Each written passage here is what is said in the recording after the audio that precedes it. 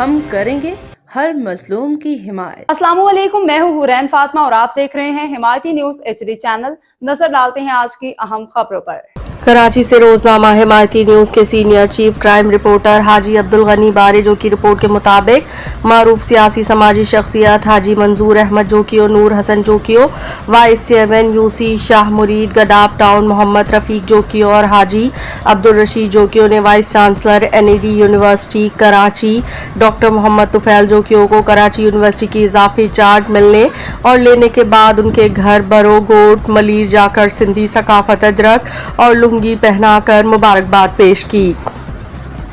और कहा कि अल्लाह ताला ने मलीर कराची की मट्टी से पैदा होने वाले और इन दोनों मनसब पर पहुंचने पर दिल की गहराइयों से मुबारकबाद पेश करते हैं और दुआ है कि अल्लाह आपको तरक्कियां नसीब फरमाए, आमीन। जिस पर डॉक्टर मोहम्मद तुफैल जोकियो ने कहा कि मेरी कोशिश होगी कि मैं कराची यूनिवर्सिटी को एक मिसाली यूनिवर्सिटी बनाने में कामयाब हो जाऊं, क्योंकि यहाँ बहुत मोहब्बत और मेहनत और लगन की ज़रूरत है। मुझे कराची यूनिवर्सिटी को मिसाली बनाने में बहुत दुश्वारियाँ मसाइल को देखना पड़ेगा और बगैर किसी रंग जात पात नस्ल परस्ती से